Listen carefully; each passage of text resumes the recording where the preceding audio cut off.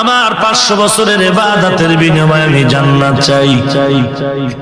আল্লাহ বলেন, ও ফেরেশতা, বান্দার হাতটা ধরে সামন দিকে নিয়ে যাও। কিছু দূর নেওয়ার পর জাহান্নামের গরম হাওয়াটা শরীরে লাগবে, কলিজা শুকায় যাবে, আর বলে পানি দাও। কলিজা শুকায় গেল, ছটফট করে পানি দাও। আল্লাহর এক রহমতের ফেরেশতা এক গ্লাস পানি নিয়ে বলবে, পানি নাও।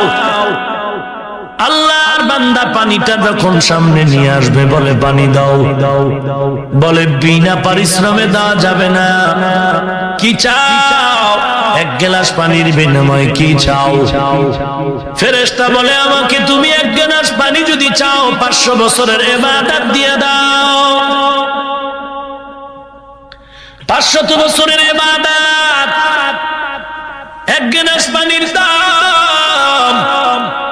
আল্লাহর বান্দা বলে, জীবনটা বাঁচানো দরকার, ইবাদত পারলে পরে করব, আগে পানি দাও। এক গ্লাস পানি পান করতে গিয়া 500 বছরের ইবাদত দিয়া দিল। পানি পান করার পরেও পিপাসা মিটবে না, আবার চিল্লাইবে, আর একটু পানি দাও। বলে আরো ইবাদত দাও। বলে ইবাদত নাই, বলে পানিও নাই। বান্দা এবার নত হয়ে সিজদায় পড়ে কাঁদবেন, হে মালিক, এক গ্লাস পানির দাম যদি 500 বছরের ইবাদত হয়, দুনিয়ার জীবনে সকাল থেকে সন্ধ্যা পর্যন্ত, সন্ধ্যা থেকে সকাল পর্যন্ত কত গ্লাস পানি আমি পান করেছি। শুধু তাই না, কত পানি আমি অপচয় খরচ করেছি।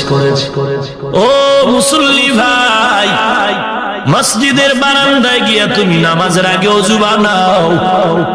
তুমি ওযুর কলটারে ছাইরা দিয়া পানি ফালায়া দাও, মেসওয়াক করো, অপচয় গেল।